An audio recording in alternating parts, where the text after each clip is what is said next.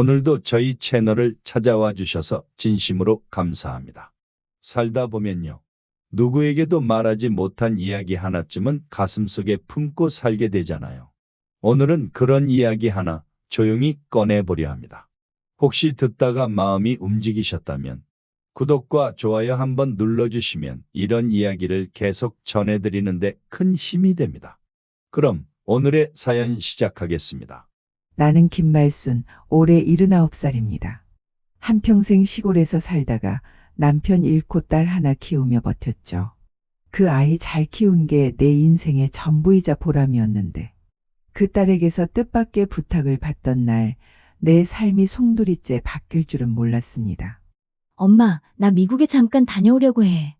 1년 정도 어학연수. 그 말을 듣자마자 심장이 철렁 내려앉았습니다.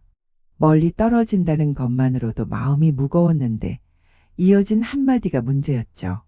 엄마, 그런데 돈이 조금 부족해서 그런데 엄마 집 담보로 대출 좀 받을 수 있을까? 순간 거절해야 한다는 생각이 번개처럼 스쳤습니다.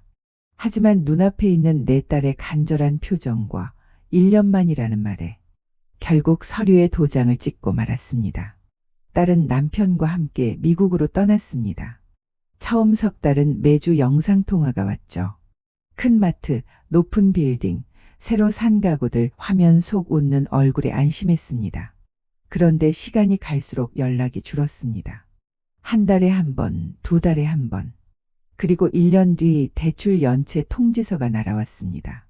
급히 딸에게 전화를 걸었지만 받지 않았고 몇 달 뒤 간신히 연결된 전화에서 딸은 이렇게 말했습니다. 엄마, 사실은 미국에서 사업을 시작했는데 잘 안 됐어. 나중에 갚을게. 지금은 좀 힘들어. 그 후로 연락은 완전히 끊겼습니다. 전화번호도 바뀌었고 마치 계획된 듯 흔적이 사라졌습니다. 결국 집은 경매로 넘어갔습니다. 30년 넘게 살던 집에서 쫓겨나 반지하 원룸으로 들어갔죠. 창밖으로 보이는 건 사람들의 발목뿐. 습기 찬 공기와 곰팡이 냄새가 매일 나를 짓눌렀습니다. 그러던 어느 겨울날 미끄러운 계단에서 넘어져 어깨를 크게 다쳤습니다. 그때 나를 부축해 준 건 가족이 아니라 옆집에 사는 주민센터 직원 청년이었습니다. 그 청년이 내게 복지주택 이야기를 처음 꺼냈습니다. 어르신, 거긴 노인분들이 안전하게 살 수 있게 설계된 아파트예요. 처음엔 반신반의했습니다. 그런데 한밤중에 어깨 통증으로 잠 못 이루며 혹시 또 쓰러지면 어쩌지 라는 생각이 머리를 스쳤습니다. 결국 청년 도움을 받아 신청서를 넣었죠. 첫 번째는 떨어졌지만 두 번째 도전에서 마침내 당첨됐습니다. 보증금 240만 원, 월 임대료 4만 원의 관리비가 별도라고 했지만 그땐 큰 문제로 느껴지지 않았습니다. 이사날 복지주택의 첫인상은 놀라웠습니다. 문턱이 없고 복도에 손잡이가 이어져 있었으며 넓은 엘리베이터와 미끄럼 방지 욕실.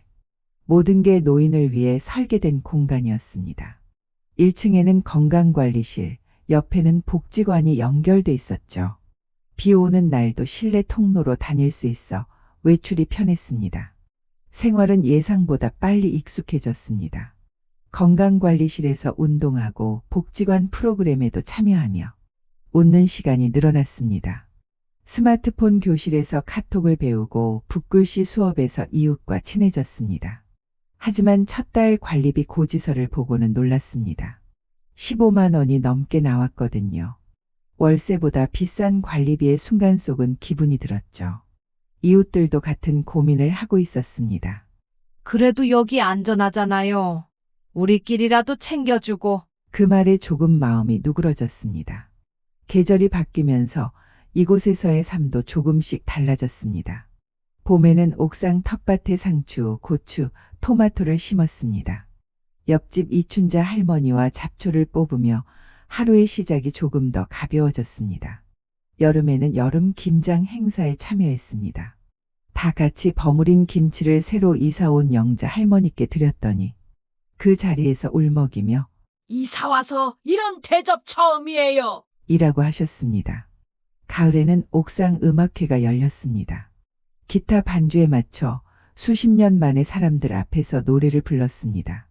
말순 씨, 오늘 얼굴이 환해졌어요. 그 한마디에 가슴이 오래도록 따뜻해졌습니다. 겨울에는 3층 어르신이 욕실에서 넘어지는 사고가 있었지만 응급벨 덕에 바로 구조됐습니다.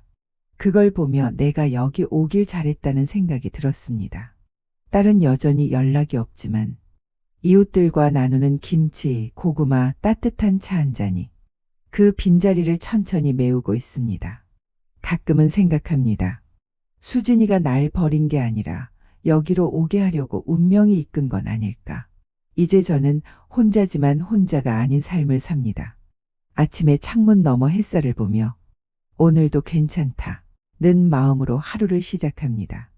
그리고 깨달았습니다. 노후란 누군가의 보살핌 아래 사는 게 아니라 내가 원하는 방식대로 선택하는 시간이라는 걸요. 비록 딸에게 버림받은 건 평생 잊지 못하겠지만 이곳에서 만난 소중한 인연들이 그 상처 위에 새살을 틔우고 있습니다. 이야기는 여기까지입니다. 이 사연이 누군가에게 위로가 되길 바랍니다.